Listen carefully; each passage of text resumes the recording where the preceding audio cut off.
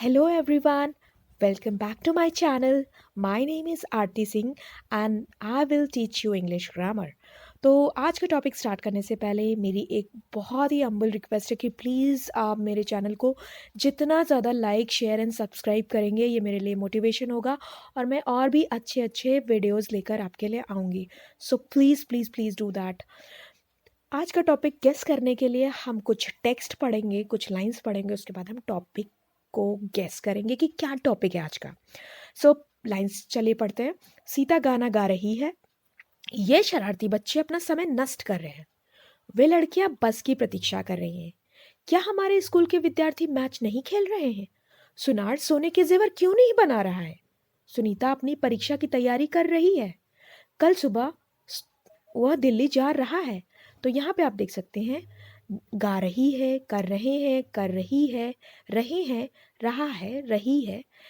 इसका मतलब है कि जो काम है वो चल रहा है, वो भी प्रेजेंट में चल रहा है, मीन्स अभी भी चल रहा है.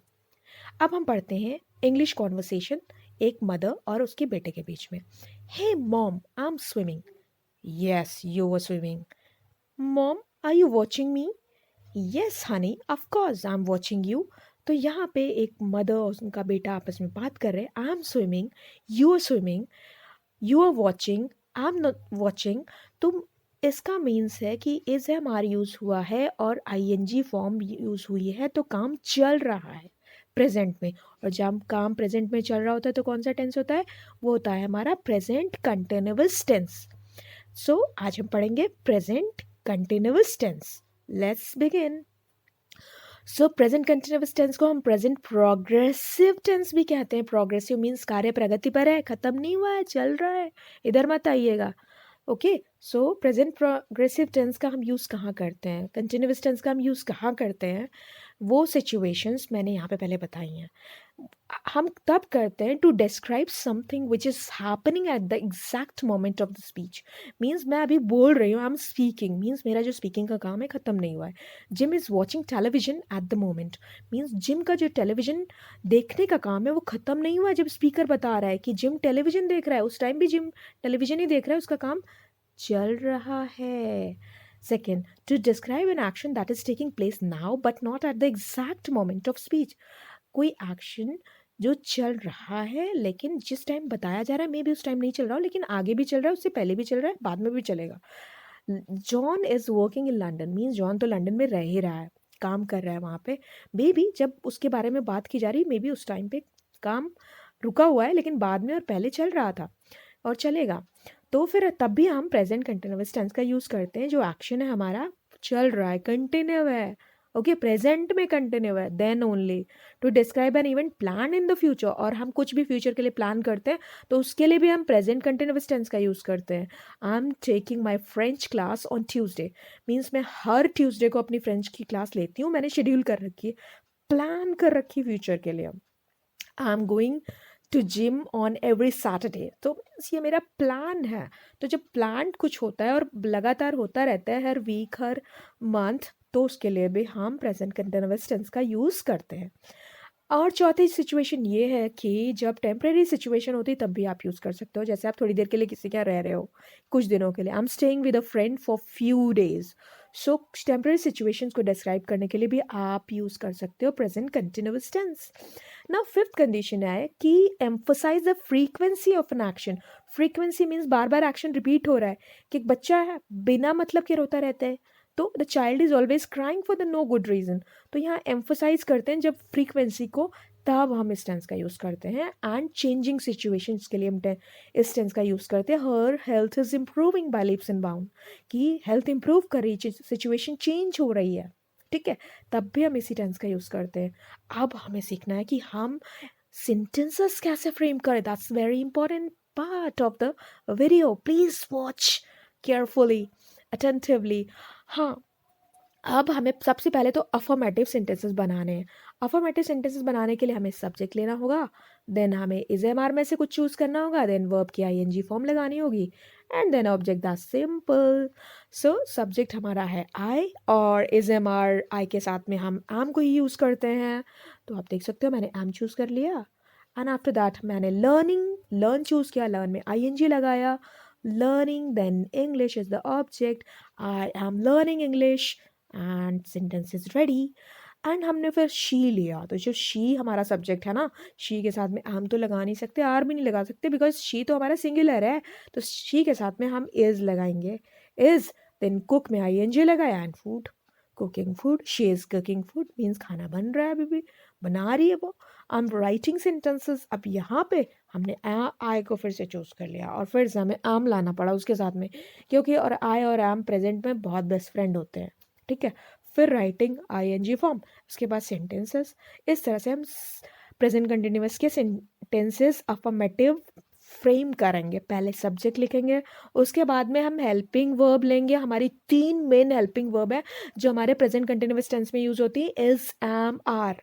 ओके, एम, इज, आर, इसमें से एक लोगे फिर अपने सब्जेक्ट के according. Okay, according to your subject आपको लेना है। हाँ, उसके बाद में I N G form of the verb, then object. इस तरह से आप बनाइएगा। आप चलते हैं नेगेटिव सेंटेंसेस बनाने के लिए। Negative sentences banana that's very simple. आप सब्जेक्ट लीजिए, फिर आप कोई भी एक हेल्पिंग वर्ब ले लीजिए, उसके बाद में आप नॉट लगा दीजिए, देन वर्ब की आई एन जी फॉर्म लगाइए, फिर उसके बाद में आपके पास ऑब्जेक्ट हो, ऑब्जेक्ट लगाइए। अब मैंने यहाँ पे आई को एज अ सब्जेक्ट लिया और आई के साथ में तो एम आता ही आता है, एम लिख लिया क्योंकि प्रेजेंट टेंस है, एंड उसके बाद में मैंने नॉट लगा दिया, then I N G form of verb लगाई, देन मैंने ऑब्जेक्ट लगा दिया, I am not learning English. Then she लिया तो शी के साथ में शी सब्जेक्ट होगा तो इज आएगा हेल्पिंग वर्ब। ओके, तो मैंने इज लगाया, देन नॉट लगाया, then cooking food, we are not writing. But आपको इतना याद रखना है, जब नेगेटिव बनाइए तो प्लीज़ आप हेल्पिंग वर्ब के बाद नॉट लगाइए, उससे पहले मत लगा दीजिएगा। आई नॉट एम तो ये गलत हो जाएगा। आप हमेशा अपनी helping verb is, am, are ये कहती है मेरे बाद में नॉट लगाओ यार, मेरे पहले मत नॉट लगाना, मुझे मज़ा नहीं आएगा, ठीक है। तो इनके बाद ही आप नॉट लगाना और आपका सेंटेंस तैयार। I am not learning English but remember I N G form of verb मत भूलना, वरना सब गड़बड़ हो जाएगी। I am not learning English, she isn't cooking food, we are not writing. अब देखते हैं इंट्रोगेटिव कैसे बनाते हैं। इंट्रोगेटिव बनाने के लिए हमें 2 तरीके से बना सकते हैं। पहला हम हेल्पिंग वर्ब से बना सकते हैं, दूसरा हम डबल एच वर्ड से। तो हेल्पिंग वर्ब हमारे बेचारे इज, एम, आर ही हैं, इनको यूज़ करेंगे। उसके बाद में हम अपना सब्जेक्ट लिखेंगे, फिर I N G form of verb, फिर object. Am, I annoying you, अब यहाँ पे देख सकते हो आम हमारा हेल्पिंग वर्ब है क्योंकि उनके साथ में आई है, फिर आई हमारा subject, then annoying I N G form of verb, then you. Are you eating bread, and question mark compulsory है, बहुत कंपल्सरी, प्लीज़ लगा दीजिएगा। आर यू ईटिंग ब्रेड, यहाँ पे हमने are helping verb and you हमारा subject, then I N G form of verb, then bread object. अब आप देखिए वाई, डब्ल्यू एच वर्ड से हम कैसे बनाते हैं। डब्ल्यू एच वर्ड बहुत ही डोमिनेटिंग होते हैं। वो कहते हैं पहले हम आएंगे, उसके बाद में तुम लोग आना, उसके बाद में हेल्पिंग वर्ब आएगी, उसके बाद में ऑब्जेक्ट आएगा, सब्जेक्ट आएगा, उसके बाद में मेन वर्ब आएगी।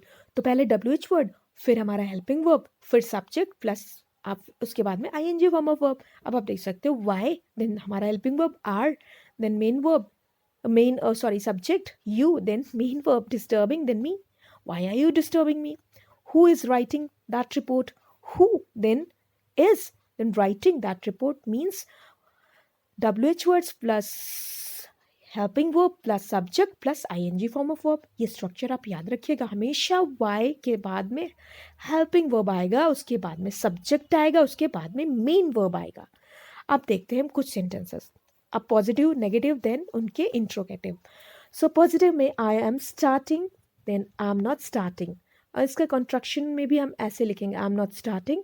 देन हमारे क्वेश्चन में am I starting? Question mark is very, very compulsory. I have written and I'm marking also. You can see. Next is you are starting, you are not starting, are you starting?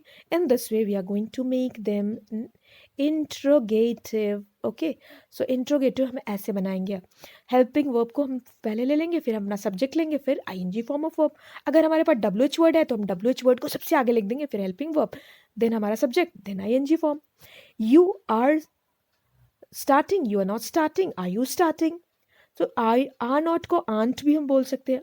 You are starting, he isn't starting, she isn't starting, ये हमारे contractions हैं।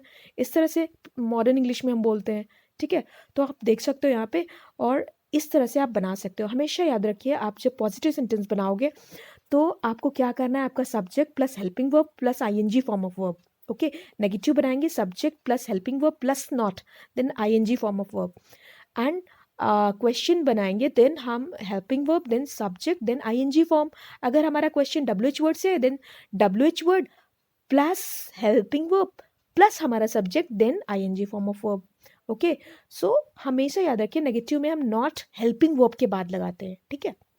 अब हमारा main part of the video is that two questions में आपको जवाब देना है। यहाँ पे मैंने एक क्विज रखी है, इसमें 2 क्वेश्चन है। They are a new shopping mall downtown, choose the best option from there are 3 options here, you have to choose one. Melissa is down on her bed, there are 3 options, you have to choose one out of the 3.